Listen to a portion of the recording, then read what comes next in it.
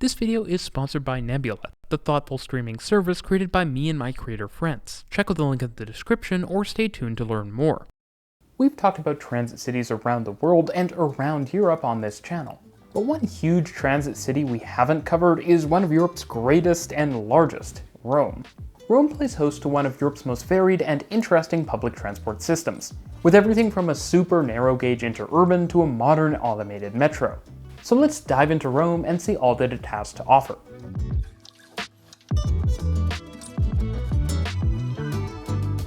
Welcome to RM Transit, a channel about public transportation around Europe and the world. Consider supporting the channel on Patreon so I can bring you more content. Rome is a city of around 3 million people in central Italy that's about 25 kilometers from the Mediterranean Sea and about 500 kilometers south of Milan. A trip that can be made in less than 3 hours for less than $30 on high-speed rail. A good reminder of just how good Italy is at high-speed rail and public transport. Rome sits along the Tiber River, and just north of its confluence with the Mediterranean is Rome's airport, Leonardo da Vinci International. But of course, the airport is far from the city's most important transportation hub, which would be Rome Termini, a massive stub-end station with nearly 500,000 daily passengers right in the center of the city, with a rather unpleasant bus loop out front, but a much more pleasant metro interchange, which makes Rome one of those uncommon cities that actually puts its main metro interchange at its main intercity rail station. Other major stations include the Ostiense and Piramide complex in the city's south, and perhaps most importantly Rome-Tiburtina, which is a through station on the high-speed route from Naples to Milan. Tiburtina was not originally a through station, instead being just another station on the approach to Rome Termini, but these days it is, thanks to a major reconstruction project, which created new track connections and a massive new diagonal station building that gave it this important new role. Rome's most comprehensive rail system is its Suburban train network, which consists of 8 different regional services that fan out onto 13 different branches in the outskirts of the city. Rome doesn't have a Passante like Milan or any S-Bahn or RER tunnel to speak of. However, the tracks through the south of the city and passing through Rome Ostiense station do see the most frequent service, which on lines 1 and 3 operate to the city's north as well as to its airport on an every 15-minute basis, and to points even further north on a slightly less frequent one. There's also the Leonardo Express service, which operates non-stop from Termini to the airport every 15 minutes. The FL5 service is also notable because it runs from Rome Termini via Ostiense to Rome's effective port on the Mediterranean, Civitavecchia, where you can enjoy ferries and the beautiful seaside. Beyond this, there are various other suburban services that operate, such as Line 2, which passes through Tiburtina, and Lines 4, 6, 7, and 8, whose 6 branches all run into Termini. Like you'd expect, trains are all on standard gauge tracks that are often painted white to help with the Italian heat, and power comes from overhead lines at 3000 volts DC. And I say lines because that 3000 volts of power is delivered via 2 lines that contact the pantograph, allowing for higher current. Now, while it's clear that long ago Rome surpassed North American commuter rail levels with its suburban railways, it is clear that there are a lot of improvements, particularly to service, that could be made. Probably with some sort of central looping tunnel that would take trains from Termini back around the west of the city to Ostiense, as well as some form of branding that makes it more clear what's meant to be rapid transit and what's meant to be regional rail, sort of like the RER versus Transilien in Paris. Of course, the main event is Rome's metro system, which, while modest at just 73 stations and 60 kilometers of track, manages to move the better part of 1 million riders every single day. Right now, the metro is composed of 3 lines, A, B, and C, a rather unconventional naming convention for a metro. And what's interesting is that each line is from a very different era, but what isn't different among them is that they all run similar trains about 105 meters long that pull power from 1500 volt DC overhead lines and are fairly wide at around 2.8 meters. The first line in Rome to open was naturally Line B in 1955. Which runs from the city's southwest to its northeast, passing by the Colosseum, which has a station of the same name in the middle, before branching to both the east and the north. Line B is just over 18 kilometers long with 26 stations, and with a mix of underground and surface sections where the trains operate a bit more like suburban ones. And speaking of that, Line B's most notable feature might just be how connected it is to other railways.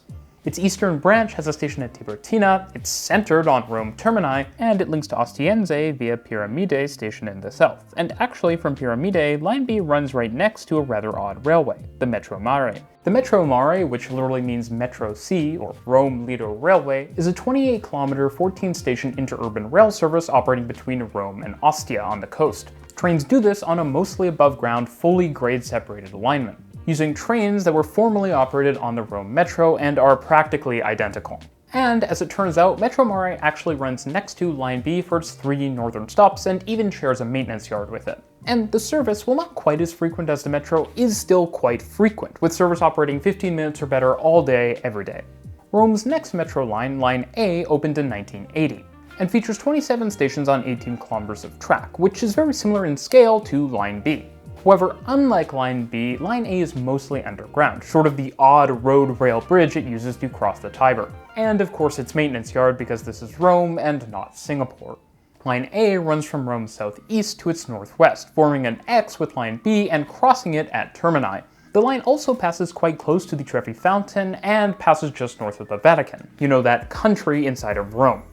And as it turns out, Line A also has a connected interurban line, which runs to towns 100 kilometers north of Rome, with frequent service on the urban portion of the route that makes up its southernmost 12 kilometers and 15 stations up to Montebello.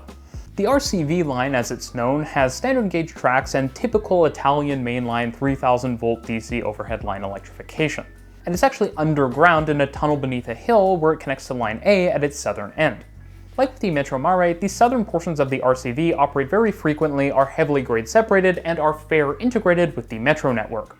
The most recent Metro line in Rome to open was Line C in 2014, and which is a huge jump up in technology from Lines A and B, with platform screen doors, fully driverless trains, modern elevated viaducts, and a rigid catenary, which looks rather unique on those viaducts. The line, probably unsurprisingly, uses the Hitachi driverless metro technology that you'll also find in cities like Milan and that was originated by Italian company Ansaldo Breda. But in the case of Line C in Rome, the technology is pushed to its highest capacity seen anywhere in the world, probably a good indicator of what Toronto will be getting with its own driverless Ontario line trains, also by Hitachi. Line C runs from an interchange with Line A at San Giovanni, about 2 kilometers south of Termini, far to the east of the city beyond its ring highway, where the line pops above ground to operate on those modern elevated viaducts for roughly the last 8 kilometers of its route. And at San Giovanni, you can see something very cool, an archaeo station, which is similar to some stations in Athens and Mexico City in that it highlights and showcases archaeological finds that were discovered during the construction of Line C, which is a really underappreciated challenge that any underground construction project in a city as historic as Rome is going to face. Now you might be wondering, does Line C have an associated interurban railway? And well, sort of. And I really don't think Rome gets enough credit for keeping its interurban railways around, in the way that a city like Toronto gets credit for keeping its streetcars around. As it turns out, the RMG line to just east of the Ring Road actually follows a very similar alignment to Line C, with a number of its stops, which are in not great condition, directly adjacent to eastern stops on the Metro line. The RMG, as it's called, is the most tram-like interurban in Rome, with lots of level crossings and much of its route length operating next to large streets. Interestingly, unlike the other 2 interurban lines, this line is narrow gauge with 950mm track and odd electrification at 1650 volts DC. With its dated high-floor tram cars, the line also deviates from Line C in the city center, terminating at a rather sad station out back of Rome Termini, over half a kilometer from the metro station and actually being closer to the metro station 1 station south of Termini on Line A. Fortunately, at least service is relatively frequent and consistent, and the portion of the route that operates split under the old Roman wall at Porta Maggiore is actually super cool. And it's actually here that we jump to the future, which for the RMG looks drastically different.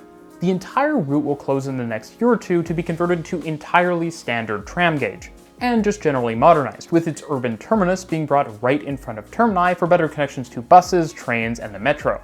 Its platforms will also be raised, new stops will be added, and everything will be more or less rebuilt, including with an extension to another Line C stop to the east and a university to the south.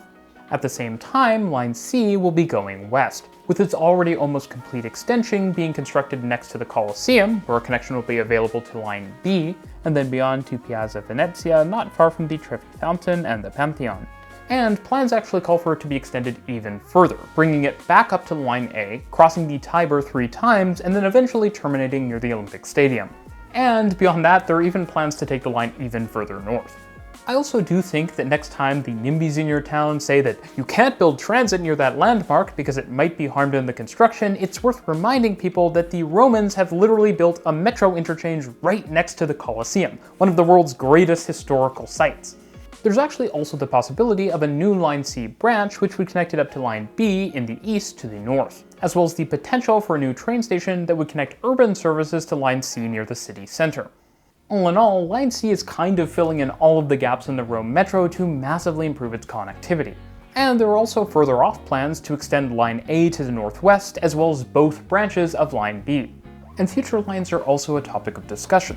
Line D is back to being planned, and would likely parallel Line B for much of its route, connecting to it at both ends, sort of like with Line C and Line A. And lines E and F might also well see the light of day, with Line E being a rolling of the Metro Mare into the rest of the metro system, potentially taking over one of the Line B branches, and with Line F possibly being an urban extension and metroification of the RCV route. What's clear is that with some of the most advanced metro technology in the world in their hands, and with some of the world's most affordable construction costs for new metro builds, Rome's planners are probably going to have a field day expanding the Rome Metro in the coming decades, from a modest system to one that's anything but. And surprisingly, or not so surprisingly, the metro and interurbans aren't the only urban rail transport options in Rome. There is a respectable tram system that complements the other faster options as well, serving mostly crosstown trips that connect between metro and railway stations. And if you want to learn more about these trams and their peculiarities, you won't want to miss the exclusive video I've made on them that's available on Nebula right now. Nebula is the streaming platform owned by me and my creator friends, featuring over 14,000 titles that you can watch ad-free, including exclusive and early access videos from urbanist creators like myself, City Nerd, City Beautiful, Life Where I'm From, and Not Just Bikes. We've also launched a news division and a film studio, where some of the very best creators are creating excellent large-scale projects that you won't be able to find anywhere else, such as The Getaway, a really exciting Nebula original series coming up from the creators of Jet Like the Game, where 6 different creators go on a road trip full of exciting games and competitions. Watching my channel on Nebula is one of the best ways you can support it and my content as a whole, and as of now, lifetime memberships are back indefinitely for only $300, so you can pay once and get Nebula for as long as both you and Nebula exist, and so Nebula can fund more bigger projects in the near future. And if lifetime memberships aren't your cup of tea, you can still support me for as little as $2.50 a month with our annual plans. We're also now offering annual gift cards so you can share Nebula exclusive videos with your friends and family too for just $30. So go check out Nebula at go.nebula.tv/rmtransit right now.